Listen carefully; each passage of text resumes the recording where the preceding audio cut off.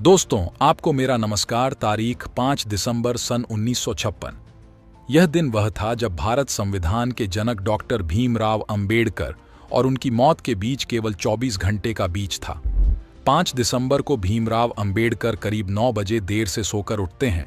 उनके यहाँ 16 सालों से अंबेडकर साहब के सहायक के रूप में कार्य कर रहे नानक चंद रत्तू, जो डॉक्टर भीमराव अंबेडकर साहब की देखभाल किया करता था।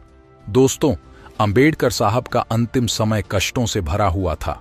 सन 1948 से अंबेडकर जी को डायबिटीज की बीमारी थी और काफी बीमार रहते थे। डायबिटीज होने से इनका शरीर सूख रहा था। सियासी मुद्दों से परेशान अंबेडकर की सेहत बद से बदतर होती चली गई। अंबेडकर साहब 5 दिसंबर को लोकसभा में जाने को तैयार होते हैं। डॉक्टर साहब रत्तू के साथ ऑफिस चले जाते हैं। अंबेडकर साहब की पत्नी का नाम सविता था और उनके डॉक्टर का नाम मालवंकर था। अंबेडकर साहब करीब शाम को 4 बजे घर वापस आते हैं। इस समय घर पर वह अकेले थे। उनकी पत्नी सविता अंबेडकर बाजार गई हुई थी और उन्हें घर वापस आने में बहुत देर हो जाती है। नानक चंद्र रत्तू बताते हैं कि इस समय अंबेडकर जी बहुत ही गुस्से में थे। रात को 7 बजे वह घर आती है। बाबा साहब उन पर बहुत गुस्सा करते हैं और काफी कड़े शब्दों का भी प्रयोग करते हैं, लेकिन सविता अंबेडकर चुप रहती है, क्योंकि वह जानती थी कि तर्क करने से बहस बढ़ेगी, जिससे डॉक्टर भीमराव जी की तबीयत और खराब हो सकती है। घर का वातावरण शांत हो जाता है। रात को 9 बजे भीमराव अंबेडकर जी से मिलने जैन धर्म के प्रतिनिधि मंडल के नेता उनसे मिलने आते हैं और अंबेडकर साहब को अगले दिन आयोजित समारोह में आने का आमंत्रण देते हैं।